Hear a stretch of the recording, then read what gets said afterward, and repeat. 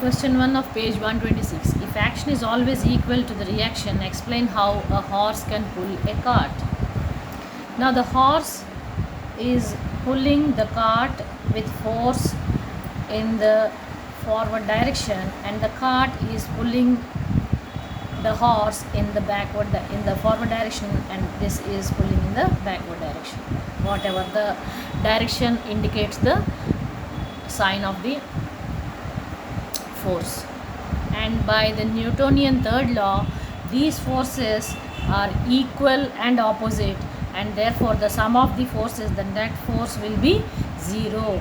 So neither the cart nor the horse influence the forward movement of the cart, but herein the horse also pushes the ground in the downward direction, and the ground pushes the horse, giving it momentum forward, and therefore herein comes the unbalanced force that sets the cart in motion in the forward direction.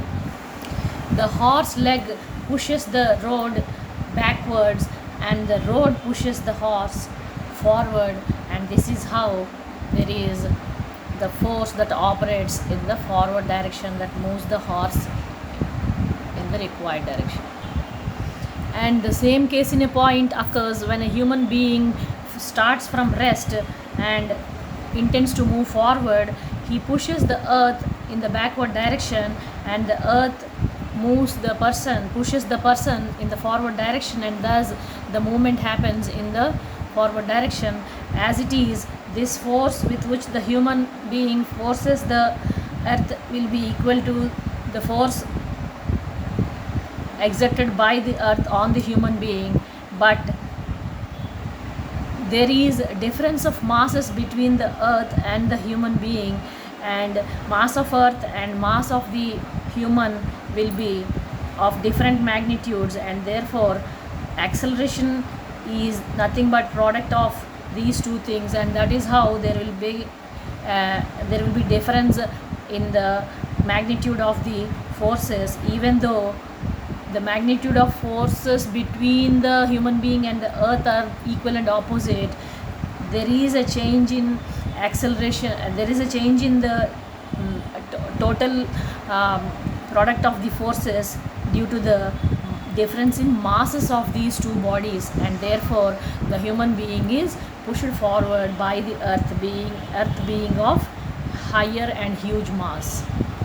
And similarly, I wish to discuss the examples of this road roller and a gun, a small gun. The road roller of huge mass, and it will move very slowly, and its velocity will be very less, but its mass is very high. The gun, its mass is very very less, but the movement of the velocity of the bullet is very very high, and the product of these two produces a very high degree of momentum, and therefore neither the mass nor the velocity decides the impact of these